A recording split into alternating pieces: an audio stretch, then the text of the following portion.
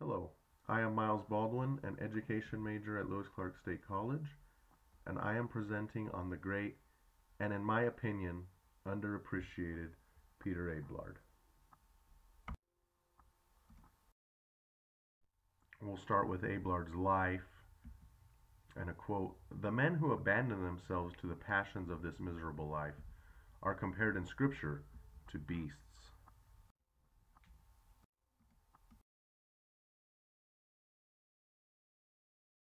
And decided to study philosophy and later decided he wanted to teach theology. And he went on to do that at Notre Dame.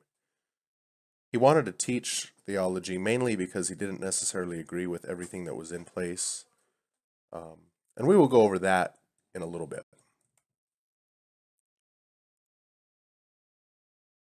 Abelard developed a reputation as a great educator. Fulbert offered Abelard, who at the time was 42 years old, room and board with him and his 17-year-old niece, Heloise, in exchange for tutoring her.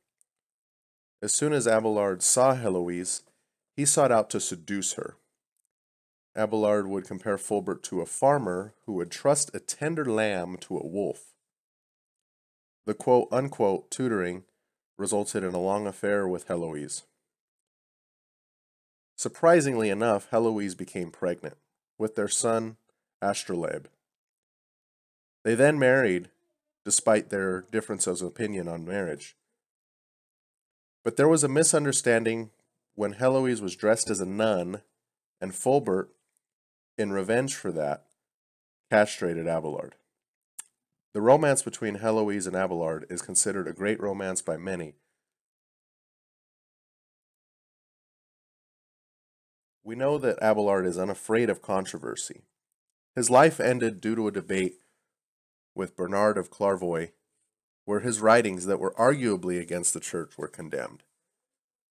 We'll discuss the ideology behind his controversial writings in a little bit.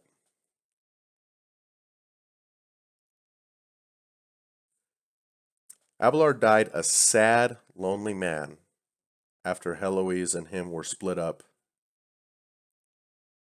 However, they are both buried together in Paris. So we're going to move on to factors that led to Abelard to psychology. Here's another quote from him. "The beginning of wisdom is found in doubting. By doubting, we come to the question, and by seeking, we may come upon the truth."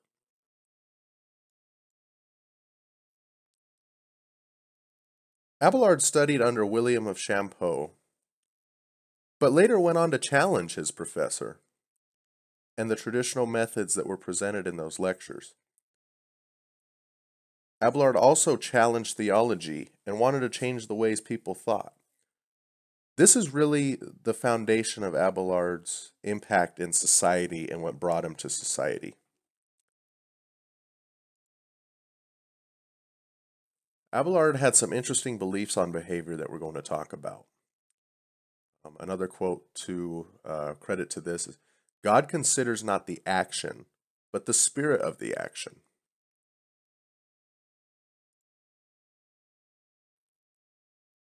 Abelard's definition of suffering was that suffering is struggle versus will. And there's basically two schools of suffering. There's passive suffering and active suffering. Passive suffering is where it's out of our control. So an example of passive suffering would be if a loved one were in the hospital passing away. We're suffering because we're losing our loved one. However, we're not in control of anything in that situation. Active suffering is where we have control, but we're choosing against our own desires. So for instance, I'm hungry right now, and I would like to go to McDonald's and grab some food. However, my diet, because I'm on my diet, I'm not going to go to McDonald's. That's an example of active suffering, as I am controlling the outcome, but I'm going against what I would like to do. And so virtue requires effort, according to Abelard.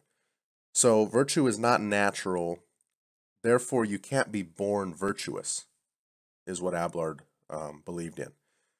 So if virtue is present, suffering has to have occurred.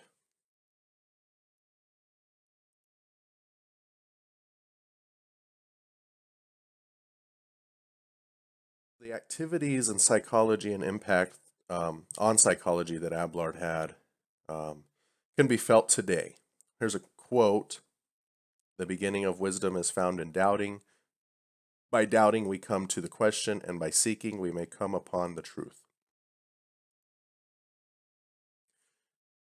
Early on, Abelard translated Aristotle's works, but he is best known for the dialectic method, which basically was a series of questions that would cultivate arguments and counter-arguments within the church.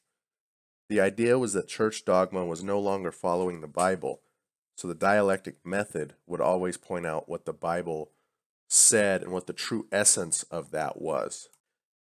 The dialectic method did not set out to contradict the church, which is what a lot of people felt that Abelard was doing, namely Bernard of Clairvaux and the Pope. But it was supposed to overcome inconsistencies among philosophers. However, the church saw it differently, and it angered them, and ultimately this is why his writings were condemned for heresy, despite Abelard being a believer in God. So we're following up on Abelard and his legacy. A final quote will be precise in the use of words and expect precision from others. After a long life that was surrounded by controversy, Abelard left us with the dialectic method and a big impact on society and psychology as a whole, with the idea of challenging the dogma in the church. Thank you to these sources for the information, and thank you for listening to me. I hope I was able to educate you on the great and underappreciated Peter Abelard. Thanks again.